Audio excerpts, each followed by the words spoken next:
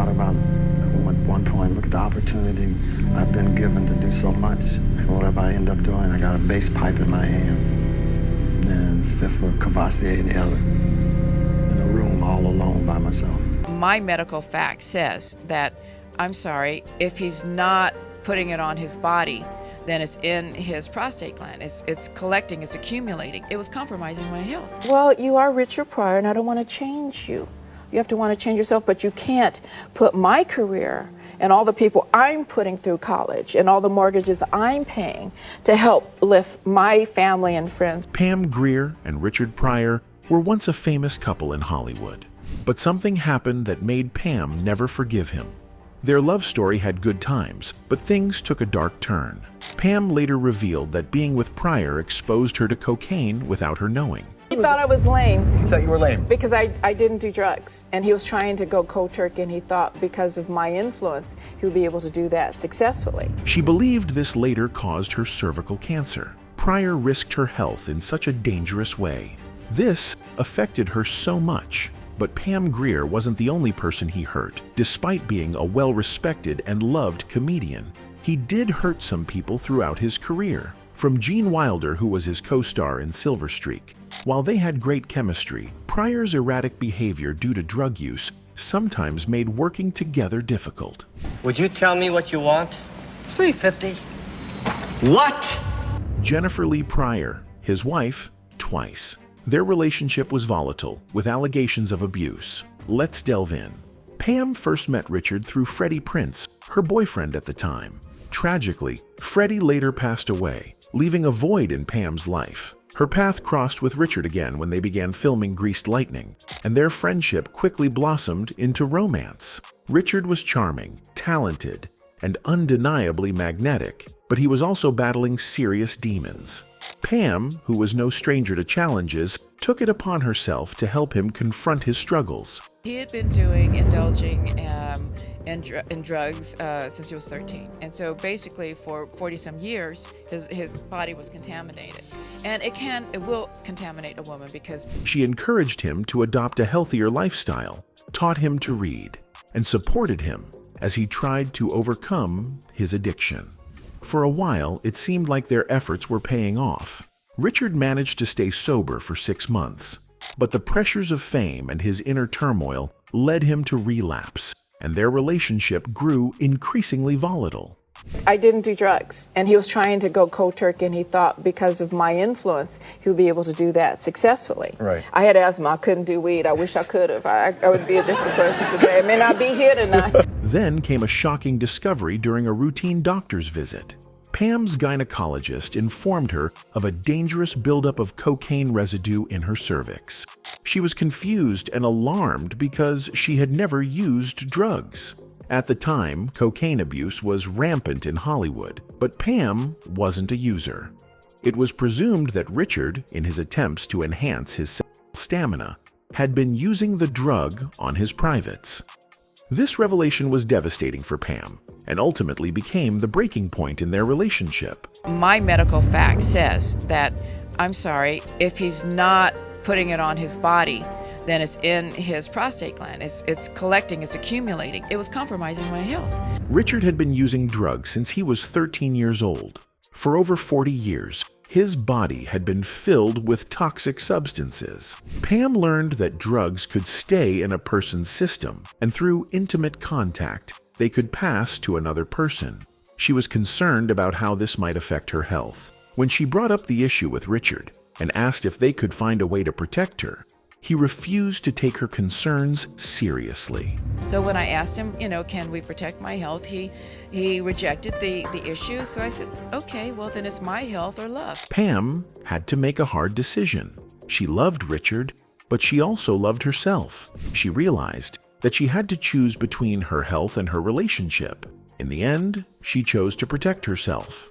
It was painful, but she knew it was the right choice. She walked away from the relationship, even though Richard was upset. She told him that he would be fine because he had his career and success, but she needed to focus on her well-being. And I said, well, I understand. That's okay. That's your choice.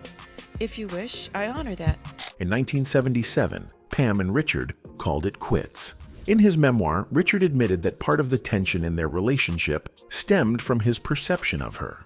"In my head, there was only one numero uno, and it wasn't her," he wrote, reflecting on how Pam's rising stardom clashed with his ego. And when I left, he was extremely upset. And I said, well, you'll be fine. You'll have your motion picture deal. You'll be fine. Their breakup was followed by more drama. Shortly afterward, Richard married Deborah McGuire in a chaotic ceremony that he later described to Vanity Fair. He was drunk during the wedding. Deborah arrived an hour late, and she had to be revived after overdosing on Quaaludes. Though Pam wasn't invited to the wedding, she showed up, witnessing the turmoil firsthand. And he trusted me when I walked away from him because he was returning back to drugs and not going to meetings. And I had really didn't want to be a crutch for him. I'm not a good crutch. Years later, Pam was still tied to Richard in unexpected ways. As she transitioned into smaller roles on TV shows like Roots and The Love Boat, she received a call from Sidney Poitier. He explained that Richard, who was on the set of Stir Crazy, was high and causing delays. Poitier asked Pam to intervene, knowing her influence on Richard. Yes, you do that. You become a confidant. He could trust me. When she visited him, she found him freebasing cocaine. Pam convinced him to return to work, but shortly after, she received another distressing call. Richard had poured 151 proof rum on himself and set himself on fire. He was rushed to the hospital with burns covering over 50% of his body. You are Richard Pryor, and I don't want to change you. You have to want to change yourself, but you can't put my career and all the people I'm putting through college and all the mortgages I'm paying to help lift my family and friends. Despite everything, Pam still cared about Richard. Even after they went their separate ways, she had love for him. When he later married Jennifer Lee, Pam was happy that he had someone to take care of him. She admitted that she would not have been able to do it. She was not someone who enabled bad habits, and Richard needed someone patient enough to help him. Richard always feared that if he got sober, he might not be funny anymore. His comedy was based on his life experiences, and drugs were a big part of that. But Pam knew that he was talented enough to succeed without them. Sadly, Richard never got the help he truly needed. I'm a truth serum. I'm not an enabler. And he wanted to go cold turkey, and he wanted to, but he would have to really work at it, and he was afraid that he might not be funny if he was sober. And for Pam, she faced another health battle, cancer. She couldn't help but wonder if the cocaine that entered her body from Richard had played a role in her illness. She didn't have proof, but she knew how much she had suffered. Fighting cancer was the hardest thing she had ever done. For 2 years, she lived with the fear that her time was running out. When you are told you might not live much longer, you stop thinking about the future. You only think about surviving each day. My medical fact says that, I'm sorry, if he's not putting it on his body, then it's in his prostate gland. It's collecting, it's accumulating. It was compromising my health. Richard Pryor was one of the greatest comedians of all time. He was funny, honest, and unafraid to talk about real-life issues. He was also open about his personal life, including his experiences with both men and women. Many people were surprised to learn that Pryor once had a gay experience. In his book, Richard Pryor was high and was having sex with a transvestite. It's in his book. In his memoir, Pryor shared a story about being with a transgender person. He said this person looked like Josephine Baker, a famous dancer. When he found out this person was actually a man, he did not care. He continued the relationship for 2 weeks before deciding he preferred women. Pryor laughed about it and moved on. He was never ashamed of his choices. When he got sober, he realized that the mother still was a transvestite. He went back more days to spend the night with this person. Truth is in his book. In 2018, famous music producer Quincy Jones claimed that Pryor had slept with actor Marlon Brando. Brando was a huge star, best known for playing in The Godfather. After this claim, Pryor's wife, Jennifer Lee Pryor, said it was true. She explained that Pryor was open about his experiences with men. Pryor was openly bisexual and hardly conformed to rigid sexuality constraints. His love was not limited to a certain gender, and he was very open about this aspect of his sexuality. In his autobiography, the comedian shared, "I never kept my lover a secret. My best friend, for instance, knew I was sleeping with a dude, and a drop-dead gorgeous one at that. I even admitted doing something different was exciting." In fact, Pryor allegedly had intimate relations with legendary actor Marlon Brando, and he was not ashamed of the shared romance. Pryor's daughter and Brando's son both denied the affair, but Pryor's widow, Jennifer Lee Pryor, affirmed it. She noted it was the 70s. Drugs were still good, especially Quaaludes. If you did enough crack, you'd make love to a radiator and send it flowers in the morning. Pryor was known for being honest, but his life was not always easy. He struggled with addiction, health problems, and personal issues. In the mid-1980s, he became very weak and lost a lot of weight. Some people thought he had AIDS, but he actually had multiple sclerosis, MS. MS is a serious disease that affects the nerves, making it hard to move and speak. Pryor believed that his wild lifestyle had caused his illness. He once said it felt like his past mistakes were coming back to punish him. And so you seen the orgies, you seen the people that was the stars, and the shit that they was doing. Also, there was a serious accusation made against comedian Paul Mooney. Rashawn Khan, who was once Richard Pryor's bodyguard, claimed that Mooney had a sexual relationship with Richard Pryor's son, Richard Pryor Jr. According to Khan, this happened when Pryor Jr. was in his 20s, and Mooney was much older, already in his 40s. This accusation surprised many people because Mooney and Richard Pryor were known to be very close friends. Paul Mooney's team quickly responded to the claim. His publicist spoke to the media and strongly denied the story. She said it was not true at all and had no proof behind it. Mooney himself did not make a public statement, but his team made it clear that they rejected the accusation, even though his team denied everything. People on the internet kept talking about it. Some believed Khan, while others thought it was just a rumor. Because it happened to his son, and he was really hurt, which I don't think Paul Mooney understood, because someone that I took as a friend did that to me. The situation became more shocking when Khan made another claim. He said that Richard Pryor was so angry when he found out about Mooney and his son that he wanted Mooney dead. Khan claimed that Pryor even offered $1 million to have Mooney killed. He said that Pryor felt deeply betrayed by Mooney, both as a friend and because of what happened with his son. According to Khan, in some places, such a betrayal would not be forgiven. This made people wonder if the story could be true.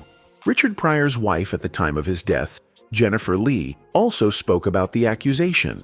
She did not say if it was true or false. Instead, she told people to ask Rashawn Khan or Richard Pryor Jr. for more details. Some people found it strange that she did not completely deny the story. Others felt she was trying to stay out of the drama and let the people involved speak for themselves. At one point, Pryor tried to promote his movie but was too high to speak clearly.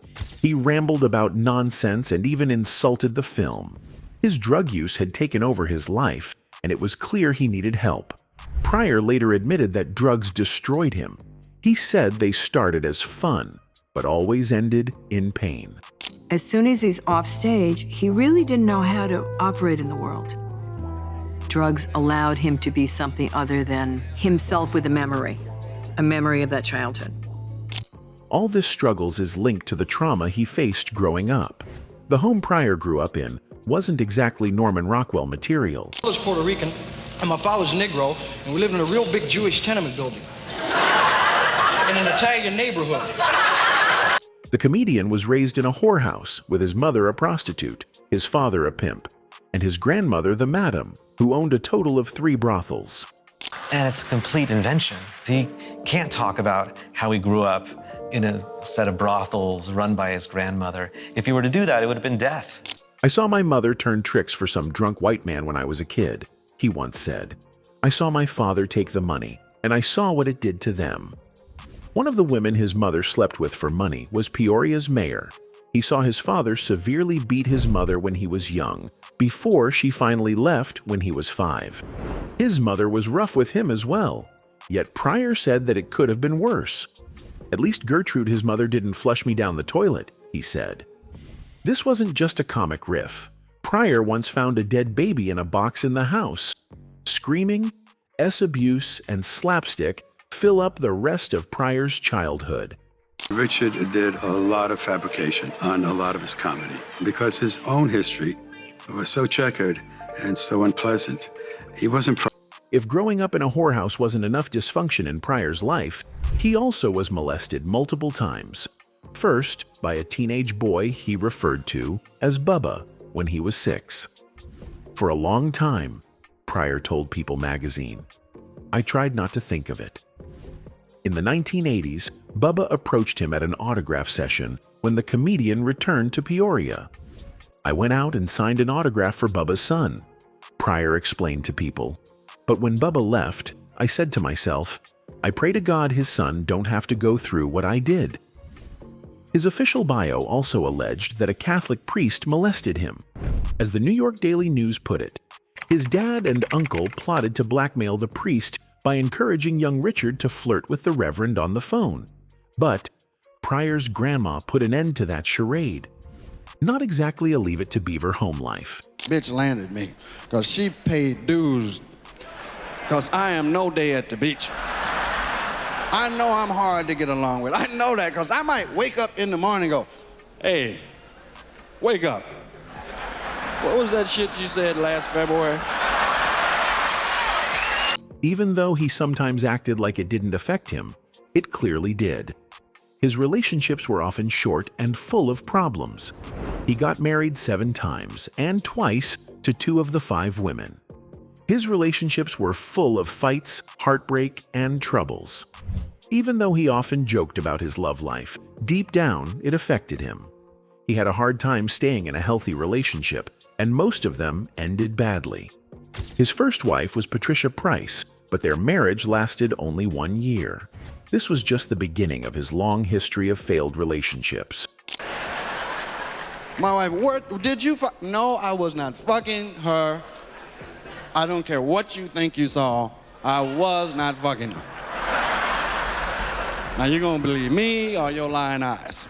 Pryor had many affairs and was known for being with different women. One of the women he was involved with was actress Margot Kidder, famous for playing Lois Lane in the Superman movies. He also had anger problems and could be violent. He did things that scared the people around him, especially the women he was with. Pryor liked guns, and sometimes he would shoot them during arguments. One time, he even shot at a car and a fish tank in a fit of rage. His actions often made the people around him afraid of what he might do next. One of the worst incidents happened during his marriage to Deborah McGuire. It was New Year's Eve, and they were having a party. Pryor got into a fight with some of McGuire's friends, and things quickly got out of control. He became furious and started chasing people out of the house. Then, he grabbed a gun and shot at one of their cars. Many of the guests were so scared that they ran away on foot, afraid of what might happen next. Pryor was later arrested for using a deadly weapon. When asked about it, he told People magazine, "I don't know why I do self-destructive things like that. I want to learn from my mistakes." Even though Pryor and McGuire loved each other, this event caused too much damage, and they eventually got divorced. As soon as he's off stage, he really didn't know how to operate in the world. Drugs allowed him to be something other than himself with a memory of that childhood. McGuire later spoke about what it was like being in a relationship with Pryor. She said he had a habit of keeping his emotions inside until he couldn't take it anymore, and then he would explode. He was not good at expressing his feelings in a calm way. She told People magazine, "A lot of things were said in anger that will be hard to smooth over. Richard just can't argue. He waits until something gets under his skin so bad he blows up." She explained that the arguments between them became too much to handle, and the relationship could not be saved. After his breakup with McGuire, Pryor admitted that he had a bad view of women. He said, "For a long time, I saw women as sexual objects, and I was always trying to keep from getting hurt. Then one day they would pack up and leave, taking something more with them than their clothes. They took my happiness. He later added, "I've finally gotten to the stage where I am trying to understand women as friends. I'd rather rob a bank than mess with women the way I used to."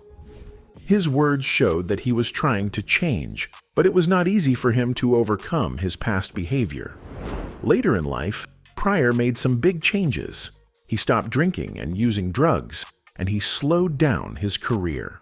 In 1986, he married a woman named Flynn B. Lane, and they had a son named Stephen. However, even though he tried to settle down, the marriage didn't last. They divorced after 5 years. As Pryor got older, he was diagnosed with multiple sclerosis, a disease that affected his body and made it hard for him to do everyday tasks. His health problems made life more difficult, and he needed help to take care of himself. Even though Richard Pryor was one of the funniest comedians in history, his personal struggles made it hard for him to have lasting relationships. He tried to change and find happiness, but his past always seemed to follow him.